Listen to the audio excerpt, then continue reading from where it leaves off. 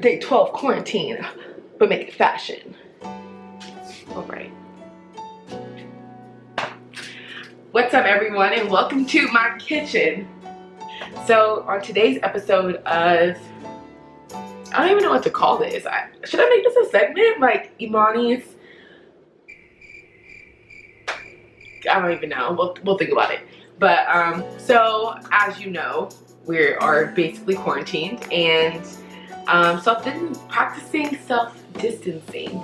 So that means that we need to learn how to cook something for ourselves because we don't want to starve and everything's closed. And if you're like me, you don't really cook. I'm used to eating out at least once to twice a day.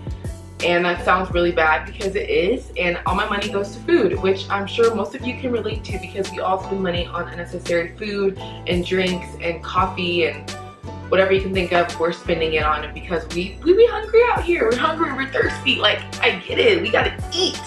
But now we're stuck in the house. So now we have to actually learn how to cook and fend for ourselves. We gotta raise the bar, like cook. It's wild, I know. Today I'm gonna be making keto cheesecake bites.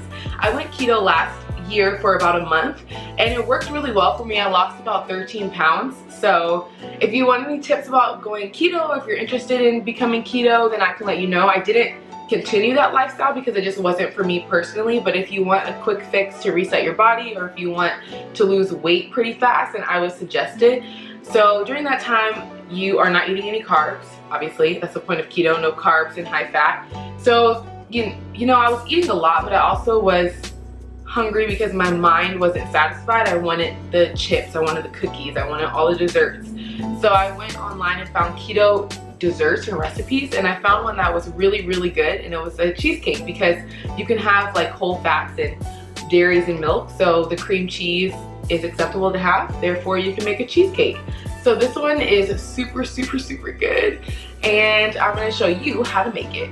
I should have probably got ready for this. Like, I don't have the ingredients ready. I don't even know if I have the ingredients, so I just kind of pulled out the camera and was like, let's get to shooting, okay? Let's get some content. But I don't know if I have. Hold on for a second. Found it. Okay, let's go.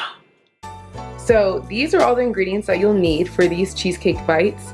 Starting off with almond flour. This is a really key component for any dessert that's going to be keto, is to use almond flour.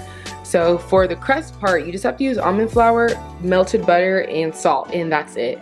For the filling, you will need 2 things of cream cheese, 2 eggs, heavy whipping cream, your choice of alternative sugar. So I have monk fruit sweetener from Lakanto, I don't know, I probably butchered that name, and then also from Swerve, and these are both from Sprouts.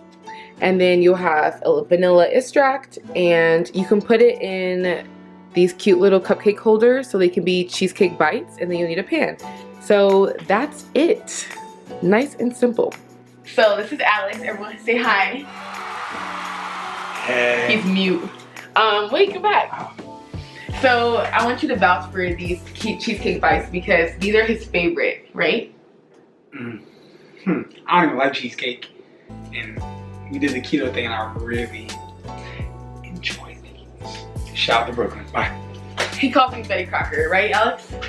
No, sure. He doesn't, but he should because I'll be cooking in the kitchen. So first what we're gonna do is preheat the oven. And you're gonna want it at 350 degrees. So right there. And everything is really quick to make, so this is perfect timing to put the oven on now. All right, so now that you have the oven preheating, you're gonna start with almond flour. And you're gonna need 1 cup and 1/4 of almond flour.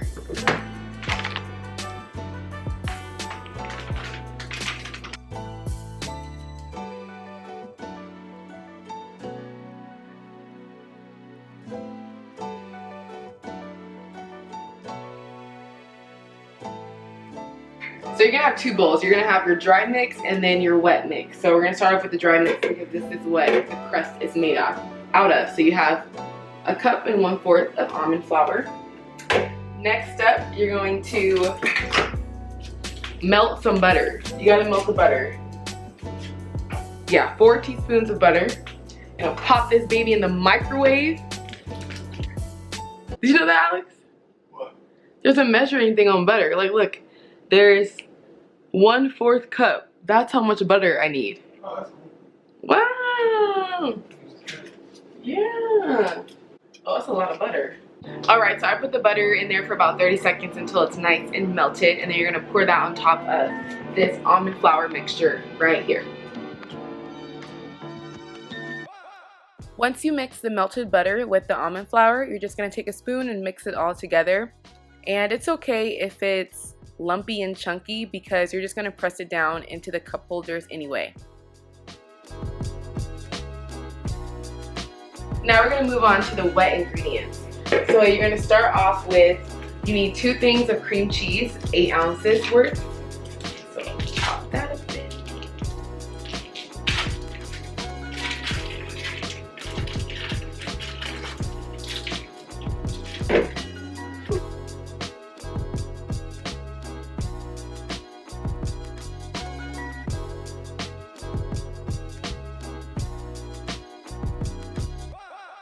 So once you have the cream cheese in, you're going to use your alternative sweetener. This is monk fruit, and you need 3/4 of this. And I don't have enough of this, so I'm going to mix it up with Swerve, which they're both the same thing, so it's going to still be good.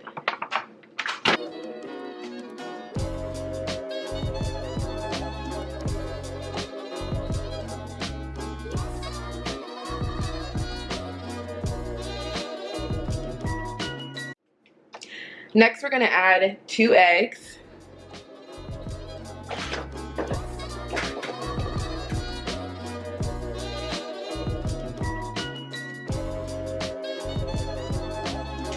Two tablespoons of heavy whipping cream. Look how thick whipping cream is, like.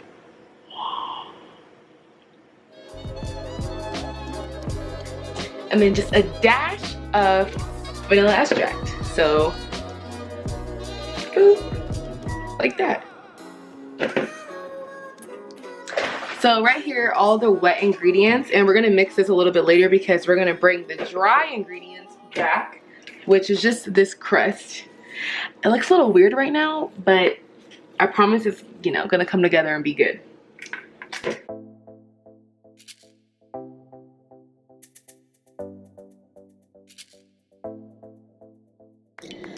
So I just pressed them down with my spoon like this, and so they're nice and flat. So this is the ending product. It should look just like this in little cup holders for cupcakes, and put it in the pan. Put this in the oven for 10 minutes. Now that you have the crust in the oven, you're now going to mix the wet ingredients together.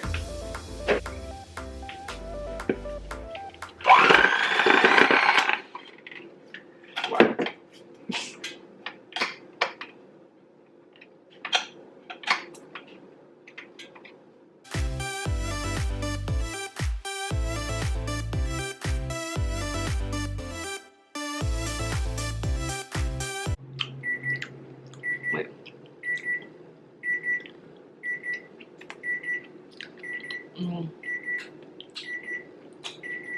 We took these out the oven and we let them sit, let them cool down for about 10 minutes. And then you're gonna take the concoction of cream cheese and just plop it in there like that. Honestly, usually it's better to use an actual muffin, like, what's that called? Like a, what's this called, a tray? Be a proper circle, but I don't know where that went, so we're just gonna use a pan. So they're gonna be a little wonky, the shape of them, but like we're gonna eat them anyway, so it doesn't really matter. So this is what it should look like, and I saved one just so I can show you guys how to do it. So we got a spoonful, plop it on like that, boom, press down, look at that. Then we'll just go like this and pretend it's a circle.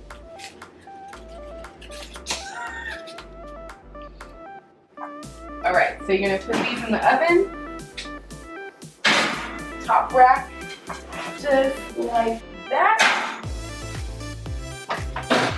And you're gonna wait 10 minutes for them to bake, and then see you soon.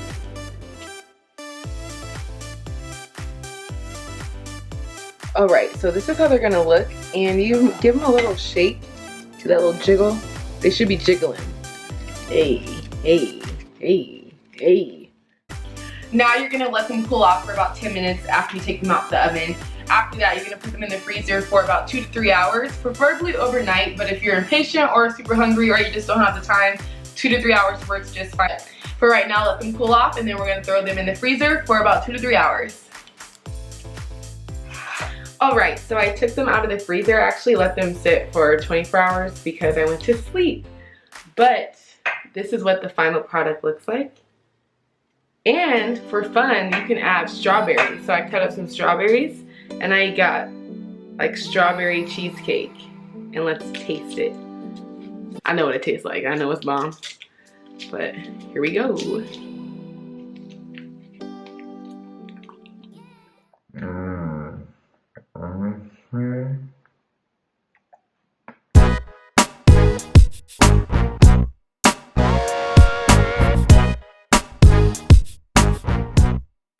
And there you have it. That's how you make keto cheesecake bites. I'll put the recipe in the description box below, so make sure you try it. And if you do try it, make sure to tag me. And while you're at it, like and subscribe. Thanks for watching Cooking in Quarantine with Imani. Woo!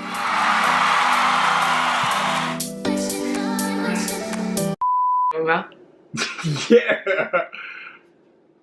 Oh man.